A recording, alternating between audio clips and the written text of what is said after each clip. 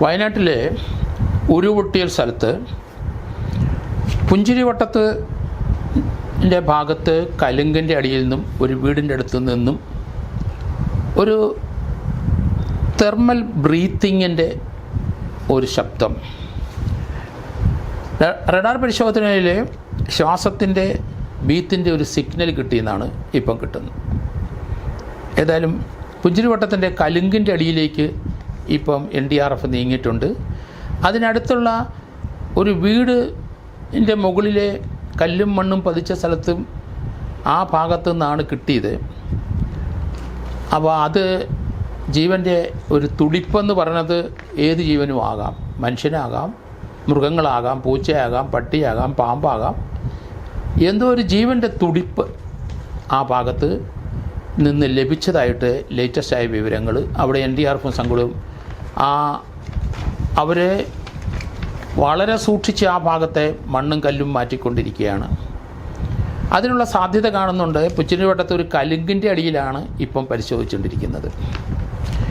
റഡാറിൽ നമുക്കറിയാം തീർച്ചയായിട്ടും ഒരു തെർമൽ ബ്രീത്തിങ്ങിൻ്റെ ആ ബീറ്റ്, ആ തുടിപ്പ് റഡാർ കിട്ടും.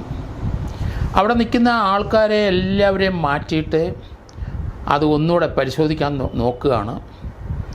കാരണം അവിടെ ആൾ നിന്നാലും ആ ജീവൻ്റെ തുടിപ്പ് കിട്ടും. അതുകൊണ്ട് ആ പ്രദേശത്തുള്ള ആൾക്കാരെല്ലാം മാറ്റിയിട്ട് വീണ്ടും പരിശോധിക്കുന്നു. ഒരു ബ്രീത്തിങ്ങിൻ്റെ ശബ്ദം, തുടിപ്പാണ് കേട്ടത്. എന്തായാലും NDRF സംഘവും വളരെ സൂക്ഷ്മതയോടുകൂടി അവിടെ പരിശോധിച്ചുകൊണ്ടിരിക്കുകയാണ്. നമുക്കറിയാം ഇതുവരെ ഏകദേശം 9400 പേരോളം അവിടുത്തെ ക്യാമ്പുകളിൽ ഉണ്ട്. ഏകദേശം 10,000 ആൾക്കാരുടെ മൊത്തമായിട്ട് ആ ക്യാമ്പിൽ ഇപ്പോൾ ഉണ്ട്. ആശ്രയമില്ലാതെ, വീടില്ലാതെ, അവരുടെ വീടുകൾ മുഴുവൻ ഒഴുകിപ്പോയി. അവരുടെ ഉറ്റവരും ഉടയവരും എല്ലാം പോയി നഷ്ടപ്പെട്ടവരും, ഒരു വീട്ടിലെ ഒരംഗം മാത്രമുള്ളവർ, ഒരു വീട്ടിലെ മുഴുവൻ ആൾക്കാരും പോയ അവരെ അറിയാവുന്നവരും വിലപിക്കുന്നതൊക്കെ കാണാം നമുക്ക്. എന്തായാലും ഏകദേശം 9400 പേര് ആ റിലീഫ് ക്യാമ്പുകളിലുണ്ട്. 319 പേര് മരിച്ചതായിട്ട് ഇപ്പം തിട്ടപ്പെടുത്തിയിട്ടുണ്ട്. അതിനകത്ത് ഇനി 200ഓളം പേര് മിസ്സിംഗ് ആണ്. അപ്പം തന്നെ 519, 520 ആൾക്കാർ വന്നു കഴിഞ്ഞു. ചാലിയാർ പുഴയിൽ നിന്ന് 177 പേരുടെ ശവശരീരം ലഭിച്ചിട്ടുണ്ട്. അത് മനുഷ്യ ശരീരത്തിൻ്റെ ഓരോ ഭാഗങ്ങൾ, ഓരോ അംശങ്ങൾ 133 പേര് ലഭിച്ചിരിക്കുന്നു. 133 മനുഷ്യ ശരീരത്തിൻ്റെ അവയവങ്ങൾ ലഭിച്ചിട്ടുണ്ട്. ആരുടെയാണെന്ന് നിശ്ചയമില്ല. ഏതായാലും ആ ശരീരഭാഗങ്ങൾ കിട്ടിയത് തീർച്ചയായിട്ടും DNA ചെയ്യാനുള്ള ആവശ്യമായ ആ സാമ്പിൾ അവിടെ നിന്ന് എടുത്തിട്ട് ബാക്കികളെല്ലാം ഇനി അവിടെ ദഹിപ്പിക്കേണ്ടി വരും. ആരാണെന്ന് നമുക്കറിയില്ല. ജാതിമത ചിന്തകളൊന്നും തോന്നില്ല നമുക്കവിടെ. അവർ എത്രയും പെട്ടെന്ന് അത് ദഹിപ്പിക്കുന്നതാണ് നല്ലത്. അപ്പോൾ അവരുടെ DNA സാമ്പിൾ എടുത്തു വെക്കുക, എന്നിട്ട് ദഹിപ്പിക്കുക. അതുപോലെ മരിച്ചവരിൽ ഏകദേശം 100-120 പേരെ തിരിച്ചറിഞ്ഞിട്ടുള്ളൂ. ഡെഡ് ബോഡി ഇപ്പം അവിടെ ഉണ്ട്. അതൊക്കെ 2-3 ദിവസത്തേക്കുള്ളിൽ ഇനി വെക്കാനൊക്കെ അതിൽ ഡീകമ്പോസ്ഡാണ്.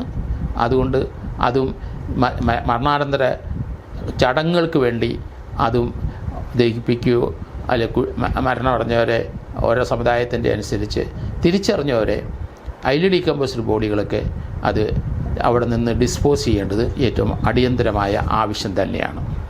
നമുക്ക് അറിയാം ഇപ്പോഴേ അവിടെ ഇന്ത്യയിലെ എല്ലാ സൈനിക വിഭാഗത്തിൽ നിന്നും എല്ലാ ആൾക്കാരും അവിടെ വന്നു കഴിഞ്ഞു. സന്നദ്ധ സേവക സംഘങ്ങൾ വന്നു, പോലീസുണ്ട്, ഫയർഫോഴ്സുണ്ട്, NDRF ഉണ്ട്.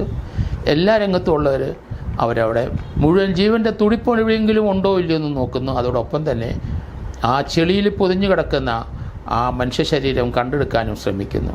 2-3 ദിവസത്തിൽ കൂടെ ഇത് നീണ്ടു നിൽക്കില്ല ഇനി. കാരണം ബോഡികളെല്ലാം മണ്ണിനടിയിലും ചീഞ്ഞഴുകി ഡീകമ്പോസ് ചെയ്തങ്ങ് പോവും. അതുകൊണ്ട് ഇനിയുള്ള പ്രവർത്തനം 1-2 ദിവസം കൂടെ നിൽക്കും. അതോടൊപ്പം തന്നെ കണ്ടെടുക്കാൻ പറ്റുന്നിടത്തോളം ശവശരീരങ്ങളും കണ്ടെടുക്കും. അതിനുശേഷം എന്താണ് ഇനി നമ്മുടെ സംസ്ഥാനത്തിന് ചെയ്യാൻ സാധിക്കുക? കാരണം ഏകദേശം 10,000 പേരോളം അവിടെ പല ക്യാമ്പുകളിലായിട്ട് കിടക്കുന്നു. അവരെ നമുക്ക് അവിടെ പുനരധിവസിപ്പിക്കണം. അത് എന്ത് ചെയ്യും? വളരെ സാമ്പത്തികമായി പിന്നോക്കം നിൽക്കുന്ന ഒരു സർക്കാരാണ്. നമുക്ക് സാമ്പത്തികമായി നമുക്ക് അതിനൊരു റിലീഫ് കൊടുക്കാനൊരു കഴിയില്ല എന്നുള്ള യാഥാർത്ഥ്യം നമ്മൾ മനസ്സിലാക്കണം. കാരണം ഇതിനു മുമ്പുണ്ടായ പെട്ടിമുടി, പുത്തുമലയിലൊക്കെയുള്ള അവർ എല്ലാവരും റിലീഫ് ക്യാമ്പുകളിലൊക്കെ ഇന്നും കിടക്കുന്നവരും അവർക്ക് വീടില്ലാതെ അലഞ്ഞു തിരിയുന്നവരുമാണ്. നേരത്തെയൊക്കെ നല്ല വീടുകളും കാറുകളും ഒക്കെ ഉള്ളവർ ഇന്ന് അവർക്ക് വീടില്ലാതെ ക്യാമ്പുകളിലും ബന്ധുക്കളുടെ വീട്ടിലും കഴിയുന്നതുണ്ട്. നമുക്കൊന്നും അവരെ പുനരധിവസിപ്പിക്കാനായിട്ട് സാധിച്ചില്ല സാമ്പത്തിക ഞെരുക്കം കൊണ്ട്. ഇവിടെ ഇപ്പം നമുക്ക് വലിയൊരു വിഭാഗം ജനങ്ങൾ 3-4 ഗ്രാമം മുഴുവൻ ആൾക്കാർക്കും നമ്മൾ വസതി ഉണ്ടാക്കി കൊടുക്കേണ്ടി വരും. ഇതിനൊരു പ്രതിവിധിയില്ല. ആൾക്കാർ കഷ്ടപ്പെടും. അതുകൊണ്ട് നമ്മൾ നേരത്തെ മുതലേ ഞാൻ പറയുന്നുണ്ട്, എൻ്റെ ഒരു അഭിപ്രായത്തിൽ വെള്ളം കയറി മലവെള്ളം വന്ന സ്ഥലങ്ങളെല്ലാം മാർക്ക് ചെയ്ത് നമുക്ക് അവിടെ കാണാൻ പറ്റുന്നുണ്ട്. അതിനപ്പുറത്ത് കൃഷിസ്ഥലങ്ങളിൽ 2, 3, 4 സെൻറ്റ് സ്ഥലം വോളണ്ടർ ചെയ്ത് അല്ലെങ്കിൽ ഹാരിസൺ മലയാളം പ്ലാന്റേഷനോ അതുപോലെ കൂടുതൽ സ്ഥലമുള്ളവർ അവർ 50 സെൻറ്റോ 30 സെൻറ്റോ 40 സെൻറ്റോ കൊടുത്ത് ഓരോ 4-5 കുടുംബത്തിന് ഈ സ്ഥലത്തിന് വെള്ളം കയറാത്തതിന് മുകളിൽ കുടിയിരുത്താനുള്ള സംവിധാനം ചെയ്തിടണം. വളരെ ചെറിയ 1-2 മുറിയുള്ള ഷീറ്റിട്ട വീടുകൾ മാത്രം കൊടുക്കുക. കോൺക്രീറ്റ് സ്ട്രക്ചറിലൊന്നും പോകരുത്. കൂടുതൽ സാമ്പത്തിക ബാധ്യത വരെ വെക്കാതെ അവിടങ്ങളിലുള്ള മുഴുവൻ ജനങ്ങളെയും എത്രയും പെട്ടെന്ന് കുടിയിരുത്താൻ സർക്കാരും അവിടെയുള്ള ഏജൻസികളും സന്നദ്ധ സേവാ സംഘങ്ങളും തയ്യാറാകണം. സർക്കാരിന് മുഖ്യമന്ത്രിയുടെ ദുരിതാശ്വാസ ഫണ്ടിലേക്ക് എല്ലാവരും പണം അടയ്ക്കുക. അതേ സമയത്ത് മറ്റുള്ള ഏജൻസികൾ ആരും പണം പിരിക്കരുത്. കാരണം അഴിമതി ഉണ്ടാവും. അതിനകത്ത് അറിയാം നമുക്ക് നേരത്തെയുള്ള അനുഭവം. അതുകൊണ്ട് മുഖ്യമന്ത്രിയുടെ ആ ദുരിതാശ്വാസ നിധിയിൽ മാത്രം പണം അയക്കുക. അല്ലാത്തവരെ ഇനി മറ്റുള്ള ഏജൻസികൾ ഇന്ത്യയിലെയും വിദേശത്തുള്ളവരും പലരും ഇതിന് സഹായിക്കാൻ റെഡിയായിട്ട് വന്നിട്ടുണ്ട്. നമുക്കിനി എത്രയും പെട്ടെന്ന് ഇവർക്കെല്ലാം സ്ഥലം അന്വേഷിച്ചതൊന്നും അവർക്ക് വീട് വെക്കുന്നൊന്നും നടക്കില്ല. അവരവരുടെ സ്ഥലം നഷ്ടപ്പെട്ടവർ അതിൻ്റെ പരിസരത്ത് ഇനിയൊരു ഉരുൾപൊട്ടലുണ്ടായാൽ വെള്ളം വരാത്ത സ്ഥലങ്ങളാണ് ഇനിയുള്ള സ്ഥലങ്ങൾ. അവിടങ്ങളിലെല്ലാം അവർക്ക് 5 സെൻറ്റോ 3 സെൻറ്റോ തരപ്പെടുത്തിയിട്ട് അവിടെ വീട് വെക്കാനും ചെറിയൊരു വീട് തൽക്കാലം ഈ ദുരിതാശ്വാസ ക്യാമ്പിലുള്ളവർ അങ്ങോട്ട് മാറണം. സർക്കാർ സാമ്പത്തിക സഹായം അല്പസ്വല്പം ചെയ്യണം. അതുപോലെ തന്നെ സന്നദ്ധ സേവാ സംഘങ്ങളും എല്ലാവരും പണം അയച്ചവർക്ക് സഹായിക്കണം. അവർക്ക് ആവശ്യമുള്ള റേഷനെങ്കിലും കൊടുക്കണം. അതിനുള്ള സംവിധാനം ഓരോ വീടിനും ഒരു 50,000 രൂപയിൽ കൂടുതൽ ചിലവാക്കാതെ ഹോളോ ബ്രിക്സും ഷീറ്റും ഇട്ട് മാത്രം അവർക്ക് തൽക്കാലം ഒരു വസതി ഒരുക്കാൻ അതിനുള്ള സൗകര്യം മാത്രം ചെയ്യുക. അത് വേറൊരു സ്ഥലത്ത് സ്ഥലം കണ്ടെത്തിയതൊന്നും പ്രായോഗികമായിട്ട് നടക്കുന്ന കാര്യങ്ങളാണ്. എത്രയോ വർഷങ്ങളായി പല സ്ഥലങ്ങളിൽ ഇതുപോലെ റീഹാബിലിറ്റേഷൻ നടത്തി പരാജയപ്പെട്ടവരാണ് നമ്മൾ. അതുകൊണ്ട് ശാസ്ത്രം ഏത് വഴിക്കും പോട്ടെ, ഇത്ര 1000 ജനങ്ങളെ കുടിയിരുത്താൻ നമുക്ക് വേറൊരു മാർഗവുമില്ല. അതിന് സാമ്പത്തിക പ്രശ്നങ്ങളുണ്ട്. ഗവൺമെൻറ് ഓഫ് ഇന്ത്യക്കോ കേരള ഗവൺമെൻറ് ഇതൊന്നും പരിഹരിക്കാൻ പറ്റാത്ത കാര്യങ്ങളാണ്. അതുകൊണ്ട് ഈ താമസിച്ച സ്ഥലങ്ങളുടെ അടുത്ത് വെള്ളം കയറാത്ത ഇനി ഉരുളുപൊട്ടിയാൽ ഈ വഴി കൂടെ വെള്ളം വന്നാൽ കയറാത്ത സ്ഥലങ്ങളിൽ തന്നെ അവരെ കുടിയിരുത്താനേ പറ്റുള്ളൂ. 2-3 സെൻറ്റിനകത്ത് ഒരു ഹോളോ ബ്രിക്സ് ഷീറ്റിട്ട വീട് ഒരു 50,000 രൂപയിൽ കൂടുതൽ അത് നടക്കും തീർച്ചയായിട്ടും. കാരണം അവിടുത്തെ പഞ്ചായത്ത് ആ വാർഡ് മെമ്പർമാർ, അവിടുത്തെ 3 വാർഡ് മെമ്പർ അല്ലെങ്കിൽ മേപ്പാടി പഞ്ചായത്ത് പ്രസിഡൻറ്റും അവിടുത്തെ കമ്മിറ്റി അംഗങ്ങളും, വേറെ ആരും ഇതിനകത്ത് ആവശ്യമില്ല. അതുപോലെ തന്നെ കളക്ടറും അവിടുത്തെ SP അവരും ആ ജില്ലാ പഞ്ചായത്തും മാത്രം ഇടപെട്ടിട്ട് അവർക്ക് വസതി കണ്ടെത്താനുള്ള സ്ഥലം ആദ്യം ഉണ്ടാക്കുക. അതിന് സന്നദ്ധ സേവാ സംഘങ്ങളും മറിച്ചവരും ഒക്കെ കൂടി അതിനുള്ള ഷീറ്റ് ഹോളോ ബ്രിക്സ് മാത്രം ഇറക്കുക, സിമെൻറ്റ് ഇറക്കുക. ഇത് സന്നദ്ധ സേവാ സംഘങ്ങൾ ഓരോരുത്തരും 10 വീട് കൊടുക്കാമെന്ന് പറയുന്നുണ്ട്. അത് കോൺഗ്രസ് സംഘടനകൾ പറയുന്നുണ്ട്, CPM സംഘടനകൾ പറയുന്നുണ്ട്, DYFIക്കാർ പറയുന്നുണ്ട്, KSUക്കാർ പറയുന്നുണ്ട്.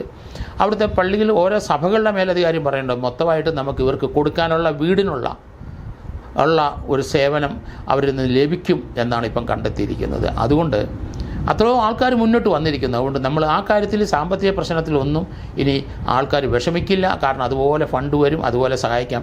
മനസ്സുള്ള മലയാളികൾ, അതുപോലെ വിദേശത്തുള്ളവർ, ഇന്ത്യയിലെ പല സ്ഥലങ്ങളിലും സാമ്പത്തികമായ വലിയ ബിസിനസ് ചെയ്യുന്ന പല ആൾക്കാരും കൊടുക്കാൻ റെഡിയായിട്ട് വന്നു കഴിഞ്ഞു. നമുക്ക് ഇവരെ കുടിയിരുത്താനുള്ള സ്ഥലം, ആ സ്ഥലം ഇതിൻ്റെ പരിസരത്ത് തന്നെ കണ്ടെത്തി പെട്ടെന്ന് 50 ഒരു വസതിയില്ലാത്തവരെ ആദ്യം, ഒരു കയറി കിടക്കാൻ വീടില്ലാത്തവരെ, അല്ലെങ്കിൽ മറ്റുള്ളവർക്ക് ബന്ധുക്കളുടെ എവിടെയെങ്കിലും പോകാൻ പറ്റും, അങ്ങനെയുള്ളവർ എത്രയും പെട്ടെന്ന് ഇതിൻ്റെ പരിസരത്ത് തന്നെ കുടിയിരുത്തുന്നതാണ് ഉചിതം.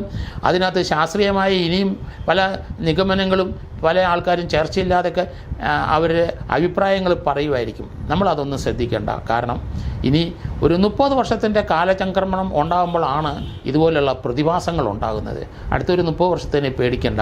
കാരണം ഇവിടുത്തെ പരിസരത്ത് വേറെ എവിടെയെങ്കിലും ഉരുൾപൊട്ടാനുള്ള സാധ്യത സാധ്യതയുള്ള സ്ഥലങ്ങൾ അത് അവോയ്ഡ് ചെയ്തിട്ട് ഇതിൻ്റെ പരിസരത്ത് തന്നെ, ഉരുൾപൊട്ടിയതിൻ്റെ പരിസരത്ത് തന്നെ വെള്ളം കയറാതെ ഈ മഴവെള്ളം വന്നു പോകാത്ത സ്ഥലങ്ങളിൽ എല്ലാവരെയും കുടിയിരുത്താനായിട്ട് ശ്രമിക്കുന്നതായിരിക്കും ഉചിതം.